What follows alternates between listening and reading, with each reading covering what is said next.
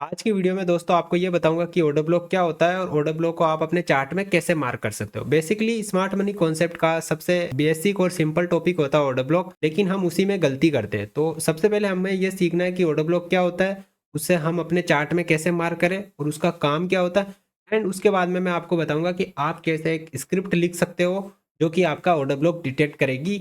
वो भी मैं आपको बताऊंगा पाइन स्क्रिप्ट के अंदर, और वो आप अपने ट्रेडिंग व्यू के अंदर इनबिल्ड कर सकते हो, जिससे आपने अगर ऑर्डर ब्लॉक सीख लिया मार करना और आप अगर कहीं पे गलती कर रहे हो तो वो स्क्रिप्ट आपको कह देगी कि यहाँ पर ऑर्डर ब्लॉक है। तो वीडियो को स्टार्ट करते हैं। काफ़ी इंटरेस्टिंग वीडियो हमारी होने वाली है। जैसा कि मैंने आपको बताया कि ट्रेडिंग और कोडिंग का कॉम्बिनेशन हम हमारे इस यूट्यूब चैनल पे अपडेट करेंगे, एंड मैं आपको ट्रेडिंग के भी जो जो बेसिक पॉइंट है वो भी मैं आपको कवर करूंगा, और कोडिंग के भी जो भी बेसिक पॉइंट है मैं आपको कवर करूंगा। तो अब आ गए हम हमारे कंप्यूटर की स्क्रीन पर। अब मैं आपको बताता हूँ। यहाँ पर देखो, सबसे पहले आपको ये समझना है कि ऑर्डर ब्लॉक क्या होता है।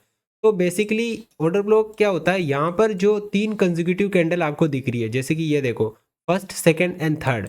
ठीक है, तो इन 3 कंसेक्यूटिव कैंडल के बीच में गैप होना चाहिए। जैसे कि ये जो अपनी फर्स्ट कैंडल है इसका हाई, ये वाला हाई है, ठीक है। और ये जो अपनी थर्ड कैंडल है इसका ये वाला लो।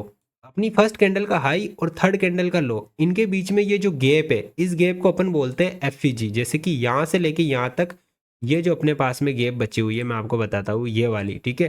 मैं इसका कलर चेंज कर देता हूँ। ये वाली जो गैप बची हुई है, इस गैप को अपन बोलते हैं एफईजी, फेयर वैल्यू गैप, ठीक है।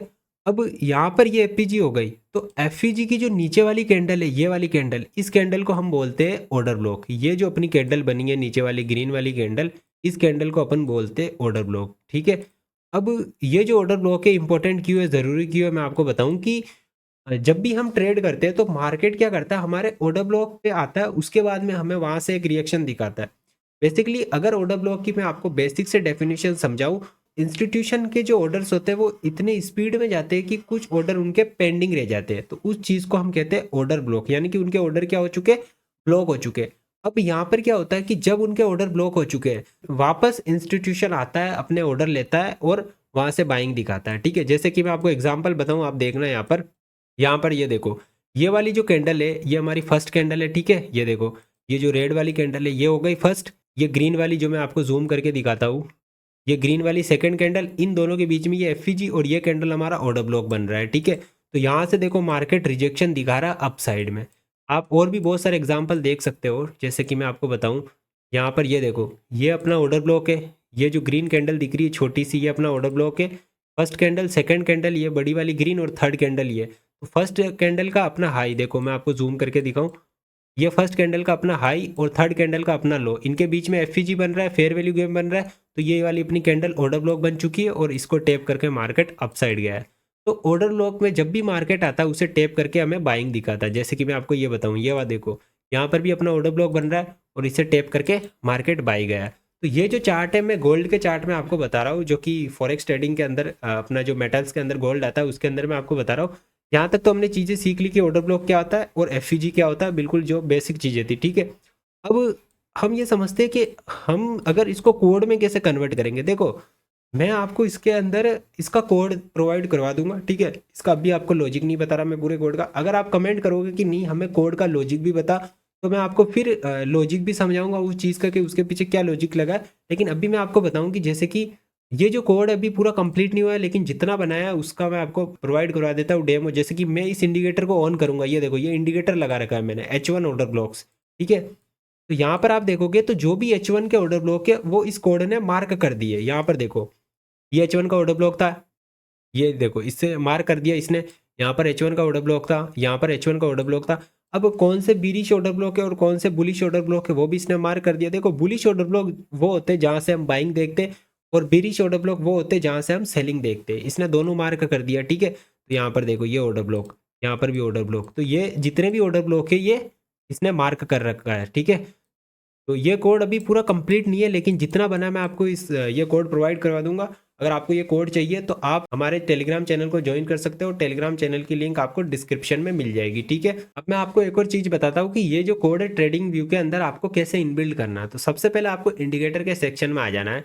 जैसे ही आप इंडिकेटर के सेक्शन पे आओगे, यहाँ पर आपको माई स्क्रिप्ट दिखेगी, ठीक है। माई स्क्रिप्ट के नाम से आपको अपनी स्क्रिप्ट यहाँ पर क्रिएट कर लेनी है, जो भी आप उसका नाम देना चाहो। उसके बाद में आप यहाँ पर इस पे क्लिक करोगे सोर्स कोड के ऊपर, तो यहाँ पर आपको एक एम्पटी कोड एडिटर दिख जाएगा, वहाँ पर आपके पास कोई भी वैल्यू उससे आप डिलीट कर दो, और ये जो मैं आपको कोड प्रोवाइड कराऊंगा इसको आप यहाँ पर कॉपी पेस्ट करके यहाँ से आप अपडेट कर सकते हो। आपको पब्लिश नहीं करना, ठीक है। पब्लिश तो अलग चीज़ें आ जाती है कि हम हमारा इंडिकेटर बनाते हैं, सारी टेस्टिंग कर लेते हैं, उसके बाद में हम उसे पब्लिश करते हैं और उसे हम लॉन्च के लिए प्रोडक्शन में भेज देते हैं, वो चीज़ अलग है। वो मैं आपको भी इसमें चीज़ में नहीं बता रहा, मैं आपको सिर्फ ये बता रहा हूँ कि आप अपना खुद का इंडिकेटर बना के स्टेप बाय स्टेप अपने चार्ट में कैसे इनबिल्ड कर सकते हैं। बाद में आप चाहे उसे पब्लिश करो नहीं करो वो आपके ऊपर है, लेकिन आप अपनी स्ट्रेटेजी को इंडिकेटर में कन्वर्ट कर सकते हो।